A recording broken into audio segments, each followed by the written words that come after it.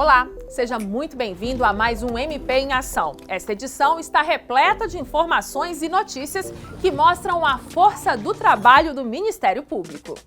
Você vai acompanhar uma entrevista sobre a defesa dos direitos das minorias e conferir os principais destaques do mês de janeiro, incluindo a posse de 3 novos promotores que já estão prontos para reforçar a atuação do MP em nosso estado.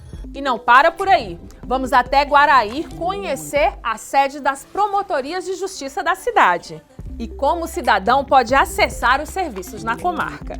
Além disso, você acompanha como está o andamento das obras da nova sede das promotorias de justiça de Araguaína. E além disso, vai assistir mais um relato inspirador de uma história de vida transformada pela atuação do Ministério Público. Fique com a gente, porque o MP em Ação está só começando.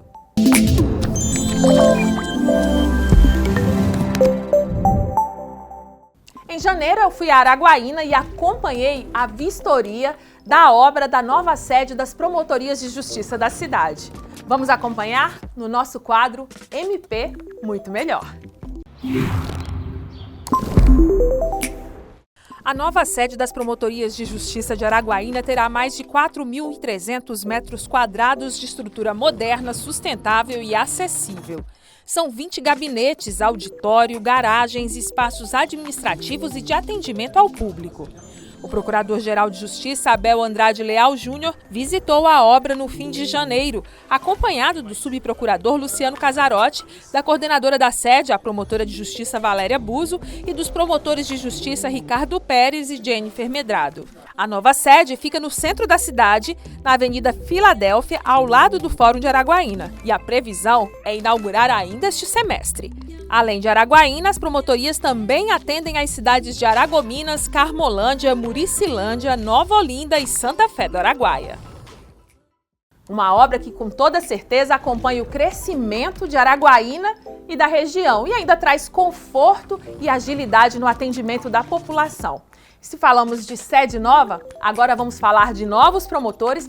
O Ministério Público do Tocantins reforçou seu quadro de membros com a posse de 3 novos promotores de justiça substitutos. Annelise Schlickman, Charles Miranda e Matheus Adolfo dos Santos foram aprovados em um concurso público de 6 etapas realizado em 2022. Tornam-se parte de uma instituição que há 36 anos atua na promoção da justiça, da cidadania e do bem-estar social. Em frente ao Colégio de Procuradores de Justiça do MPTO, os novos promotores prestaram juramento e assinaram o termo de posse, oficializando sua entrada na carreira. Eu sou filho do Tocantins, sou filho da cidade de Sítio Novo do Tocantins e para mim é uma felicidade muito grande poder contribuir com a sociedade do meu estado, agora fazendo parte dessa instituição tão rica e tão maravilhosa em transformação social. Como dito pelos colegas hoje, o Ministério Público é uma instituição de transformação social e fazer parte deste trabalho que vem sendo feito, para mim, é motivo de grande orgulho. É uma oportunidade que tenho de honrar e retribuir tanto a sociedade da minha cidade quanto do meu estado por terem me permitido estudar, para galgar essa posição em que hoje me encontro. Ganha a sociedade, ganha o Estado do Tocantins, ganha o Ministério Público do Tocantins, mais 3 promotores para ir aí para as nossas cidades do interior, para reforçar o atendimento à população e reforçar a prestação de serviços ao Tocantins que são oferecidos pelo Ministério Público. Com a posse, eles se juntam a 105 promotores de justiça e 12 procuradores do Ministério Público do Tocantins. Os novos membros agora iniciam sua trajetória na instituição, fortalecendo a atuação do MP em defesa dos direitos da população.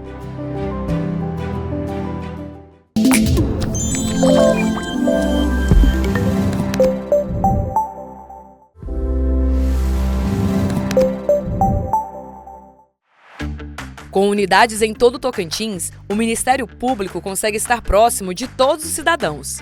Guaraí é uma das várias cidades do estado que contam com uma dessas sedes de promotoria de justiça. O prédio fica localizado no centro de Guaraí, na Rua 9, próximo à Câmara Municipal e à Prefeitura. Seu telefone é o 63 32 36 3508. Nas promotorias de justiça de Guaraí, são atendidos os cidadãos também de 3 cidades próximas: Presidente Kennedy, Tabocão e Tupiratins. Se os seus direitos ou se os interesses de sua comunidade foram desrespeitados, vá até a sede da Promotoria de Justiça. Para sua comodidade, você também pode falar com a ouvidoria do Ministério Público pelo telefone 127.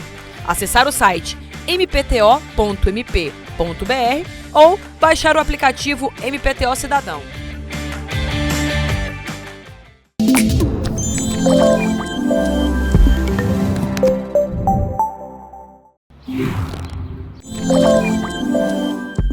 Hoje, o nosso quadro de entrevistas aborda um tema essencial para a construção de uma sociedade mais justa e igualitária. Você já ouviu falar sobre o direito das minorias? Mas você sabe exatamente quais grupos e por que são considerados minorias? Para esclarecer essas questões e explicar como o Ministério Público atua na defesa dos direitos dessas pessoas, recebemos a promotora de Justiça, Jaqueline Orofino. Seja muito bem-vinda, promotora. Obrigada, Daiane. Agradeço muito a oportunidade de falar de um tema que eu gosto muito, com o qual já tive a oportunidade de trabalhar e que é muito importante para o desenvolvimento da nossa sociedade. Doutora, quando a gente fala em minorias, a gente não está falando só de números. A gente está falando de pessoas, de grupos que muitas vezes enfrentam dificuldades para que seus direitos sejam respeitados, né? Seja pela cor da pele, pela religião, pela orientação sexual, identidade de gênero, ou mesmo pela sua condição social. Afinal, doutora, eu queria que a senhora explicasse para a gente o que são essas minorias e qual é o papel do MP na defesa desses direitos. Daiane, assim, me permita fazer um parênteses aqui.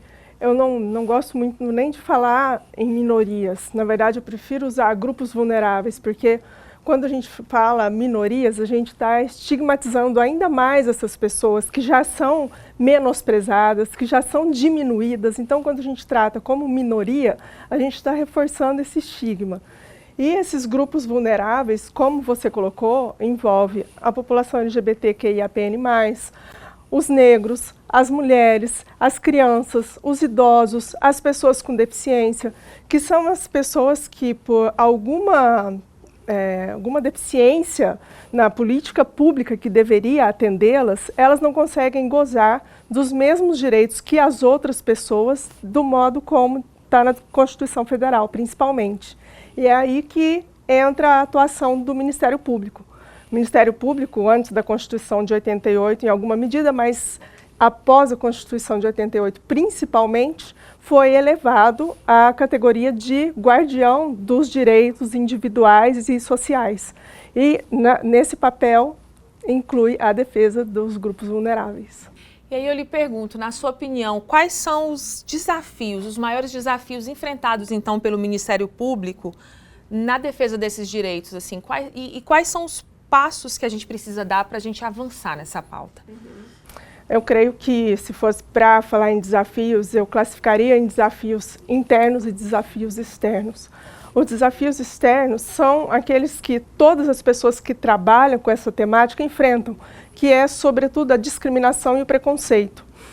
Sempre que a gente fala de LGBTQIAPN+, sempre que a gente fala da população negra, sempre que a gente fala dos adeptos das religiões de matrizes africanas, por exemplo, tudo isso sempre vem dotado de uma carga de preconceito e discriminação.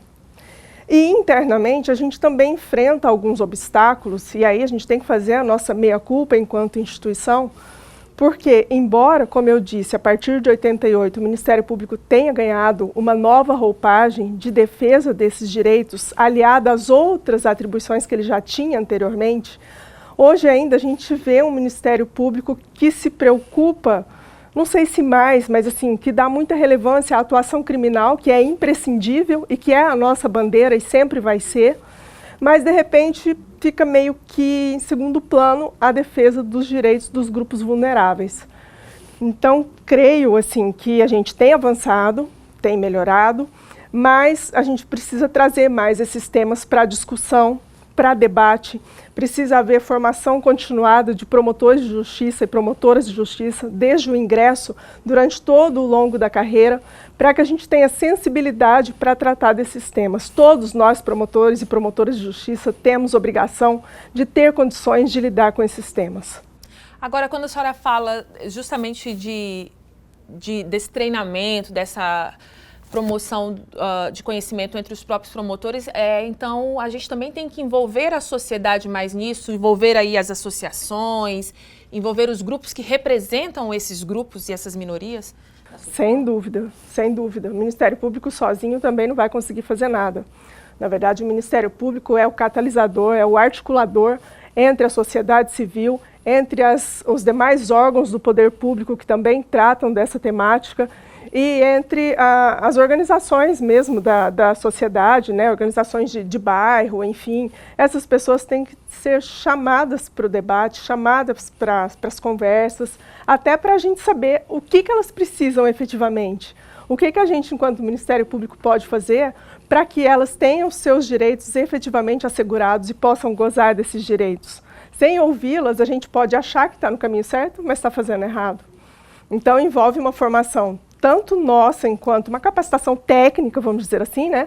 Nossa, do nosso público interno, dos nossos servidores, como acolher uma pessoa que chega lá na recepção, como encaminhar, como tratar, e também esse engajamento com a sociedade civil. As duas coisas são muito importantes. Doutora, esse é um trabalho que o MP tem tomado, é um caminho que o MP tem tomado, né? Esse trabalho em rede, essas parcerias, mobilização de instituições, a senhora acha que isso também é essencial, então? É fundamental, porque o Ministério Público sozinho não tem pernas para atender a tudo e a todos. Então, é o que eu falei, o Ministério Público tem que fazer o papel de articulador com o poder público, que é o responsável por desenvolver e aprimorar as políticas públicas de atendimento aos grupos vulneráveis, articular, por exemplo, com as delegacias especializadas, articular com os grupos da sociedade civil, articular com a Defensoria Pública, para que todos juntos e atuando em rede a gente possa acolher essas pessoas, ouvi-las e atendê-las da forma mais adequada. Assim, o Ministério Público sozinho não vai estar presente em todos os bairros, não vai estar presente em todos os lugares que acontecem as violações de direito, dentro das casas das pessoas. Então, por isso é importante a atuação em rede. De repente, a gente tem um postinho de saúde lá no bairro, vou dar um exemplo, no bairro do Taquari, que é muito distante da nossa sede aqui, mas lá no postinho de saúde tem uma psicóloga, uma assistente social, que vão poder atender alguém que tenha sofrido uma violência, por exemplo. E aí essa situação, se há uma rede articulada, chega ao conhecimento do Ministério Público. E aí eu queria que a senhora reforçasse, aqui no MPTO, além da atuação de cada promotor de justiça para garantir esses direitos, existem órgãos que desempenham um papel exclusivo? Como é que é o trabalho desses órgãos, doutora? Aqui no Ministério Público nós temos o Núcleo de Atendimento às Vítimas, que conta com atendimento psicológico e social, faz o acolhimento das vítimas aqui na instituição e dá também os encaminhamentos jurídicos, né, para essas vítimas. Nós temos o Centro de Apoio da Cidadania, dos Direitos Humanos, da Mulher e do Consumidor, que faz um trabalho tanto interno de prestar o apoio para os promotores de justiça, para que eles tenham condições de melhor desenvolver os trabalhos nessa temática, como também faz o papel de articulação com os órgãos externos que também trabalham com o tema.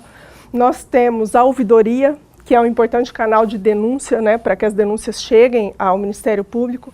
E nós temos algumas promotorias especializadas. Por exemplo, aqui em Palmas, né, que é, vamos dizer, a situação mais ideal, assim, a gente tem a promotoria da infância e juventude, a gente tem a promotoria da mulher, a gente tem a promotoria da cidadania, que defende os direitos dos idosos, das pessoas com deficiência, da população LGBTQIAPN+. Então, sempre que um cidadão se dirige ao Ministério Público, seja por meio da ouvidoria ou dos núcleos, além do Núcleo Maria da Penha, que eu me esqueci de falar, que é específico na violência doméstica, né? Tem também os promotores de justiça para atendê-los. Doutora, eu queria então que a senhora reforçasse, o MP ele pode ser acionado por qualquer cidadão quando os direitos das minorias são violados, tanto aqui em Palmas quanto no interior. Eu queria que a senhora reforçasse então quais são esses canais disponíveis e como fazer essa denúncia, de que forma, que dados as pessoas podem recolher? Como é que ela pode ajudar o promotor a atuar para que esses direitos sejam respeitados? A gente tem o canal de denúncia mais divulgado de violência doméstica, 180. 190 da Polícia Militar, sempre à disposição. A ouvidoria do Ministério Público também sempre à disposição. Quanto maior for a quantidade de informações que o cidadão ou a cidadã puder fornecer para o Ministério Público, maior será a chance de sucesso na nossa atuação para fazer com que aquela violação de direitos pare, que ela cesse, né? Então, assim, se a pessoa puder trazer, olha, eu fui procurar um atendimento no CAPS, alguma coisa assim, não fui bem atendida pelo profissional fulano que trabalha em tal período, que sei lá, é concursado ou é cedido, quanto maior for a quantidade de informações, mais fácil é para a gente atuar, né? Existe a possibilidade de ser resguardado o anonimato e da denúncia ser feita sigilosamente. Isso, às vezes, dificulta um pouco o nosso trabalho. Mas a gente sabe que isso é importante também, porque muitas pessoas não têm coragem para denunciar, justamente porque sabem que, em razão das denúncias feitas, sofrerão muitas retaliações. Já sofrem preconceito de toda a natureza, já sofrem discriminação e sofrerão ainda mais retaliações caso venham a denunciar. Então, é possível que essa denúncia seja feita também de forma anônima. Doutora Jaqueline, a gente agradece a sua participação e os esclarecimentos que são tão importantes e às vezes tão pouco conhecidos pela maioria da população. Essa é uma pauta que reforça o papel do Ministério Público, como a senhora disse, como defensor do regime democrático e da cidadania. Obrigada. Eu que agradeço, para mim é um prazer e contem sempre comigo. Neste mês de fevereiro é celebrado o Dia Mundial de Combate ao Câncer. Mas você sabe o que a lei garante aos pacientes que estão em tratamento contra esta doença no Brasil? Diz aí, MP.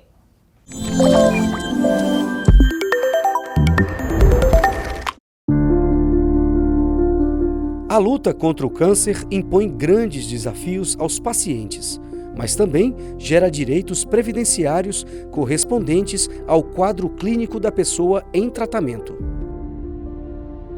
O segurado do INSS que estiver temporariamente incapacitado para exercer o seu trabalho tem direito ao chamado auxílio-doença. Já quando a incapacidade for total e permanente, atestada em laudo médico, o segurado tem direito à aposentadoria por invalidez. Também é previsto o pagamento de auxílio-acidente quando alguma sequela da doença provocar a redução da capacidade de trabalho do paciente. O trabalhador diagnosticado com câncer tem também direitos em outras áreas, como o saque do Fundo de Garantia e do PIS/PASEP e a isenção de imposto de renda na aposentadoria. E, claro, todo paciente tem direito a tratamento de saúde ágil e integral pelo SUS, inclusive com o fornecimento dos medicamentos necessários.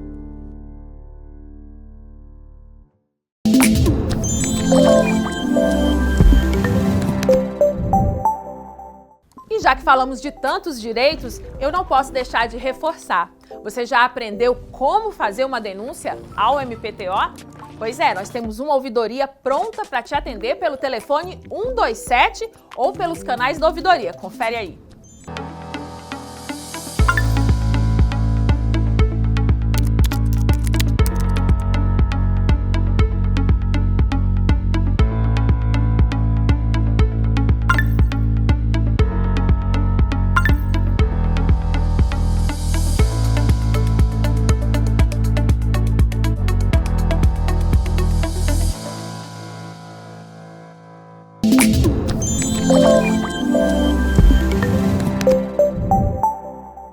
Estamos de volta. É hora de conferir como é a atuação do Ministério Público no combate ao crime organizado. Roda o VT. 170 milhões de reais. Esse foi o volume de dinheiro movimentado em esquemas criminosos investigados pelo GAECO em 2024. Corrupção, lavagem de dinheiro, tráfico de drogas e outros crimes organizados exigem uma atuação forte e estratégica. No Tocantins, essa resposta vem do Grupo de Atuação Especial de Combate ao Crime Organizado do Ministério Público do Tocantins, em ações coordenadas com os órgãos de segurança estaduais e federais. A luta contra a corrupção, o tráfico de drogas e a lavagem de dinheiro foi intensificada no ano passado. Além das movimentações financeiras ilícitas investigadas, 66 pessoas foram denunciadas na Justiça e 158 diligências externas realizadas, além de 12 grandes operações para desarticular grupos criminosos. Cada ação do GAECO representa um passo firme contra a criminalidade. Investigação, inteligência e ação para proteger a sociedade.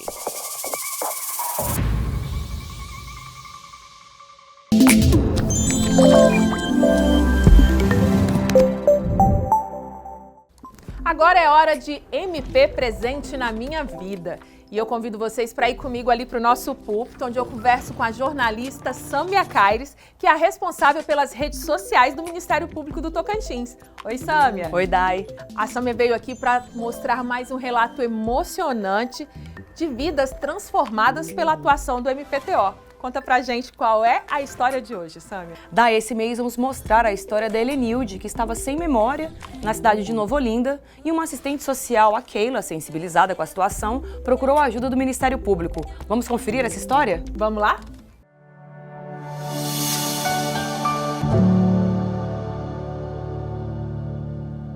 Eu andava aqui no pronto atendimento dia sim, dia não. E eu comecei a perceber uma mulher que ela sempre ficava aqui com muita frequência. Mas no início eu achava que era normal, por ser um pronto atendimento, poderia estar buscando atendimento. Até que um dia uma funcionária me contou sobre a história dela. Disse que ela foi encontrada em uma das ruas da cidade, com o passado todo em branco na mente, e que ela não sabia dizer nem o nome dela.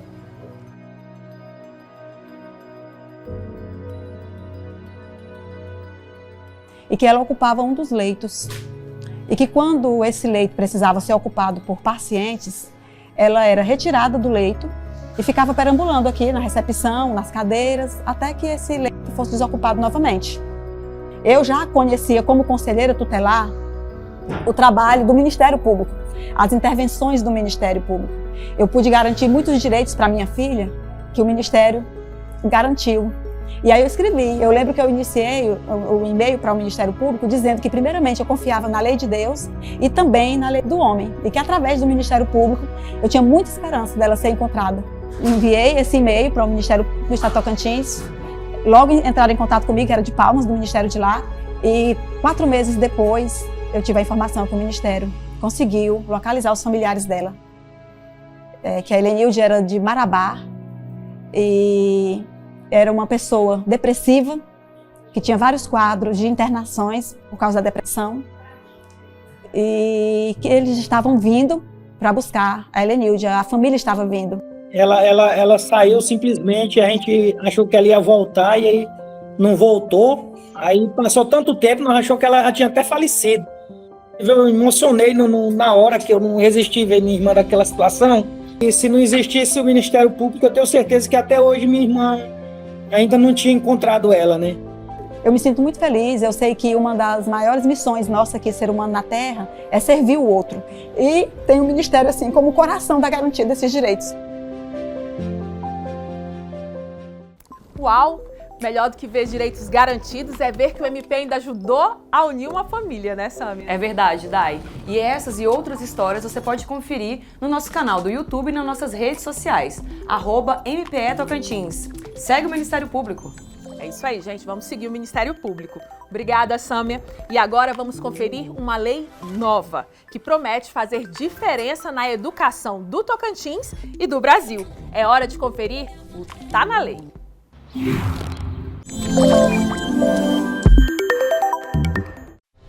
Tá na lei. Sancionada em janeiro deste ano, a Lei 15.100 proibiu o uso de aparelhos eletrônicos portáteis por estudantes nas escolas de educação básica em todo o Brasil, durante aulas, recreios e intervalos. O uso é permitido apenas para fins pedagógicos ou casos específicos, como acessibilidade, saúde ou emergência. A lei prevê que as escolas devem promover espaços de escuta, acolhimento e conscientização sobre os riscos do uso excessivo de eletrônicos, oferecendo apoio psicológico aos estudantes. A medida busca promover um ambiente escolar saudável, protegendo a saúde física e mental de crianças e adolescentes. Chegamos ao final de mais uma edição do programa MP em Ação. O nosso programa é veiculado mensalmente na TV Assembleia e na Unitins TV. Também está nas nossas redes sociais e no nosso canal no YouTube, @MPE Tocantins. Obrigado pela sua companhia e até o próximo mês. Tchau!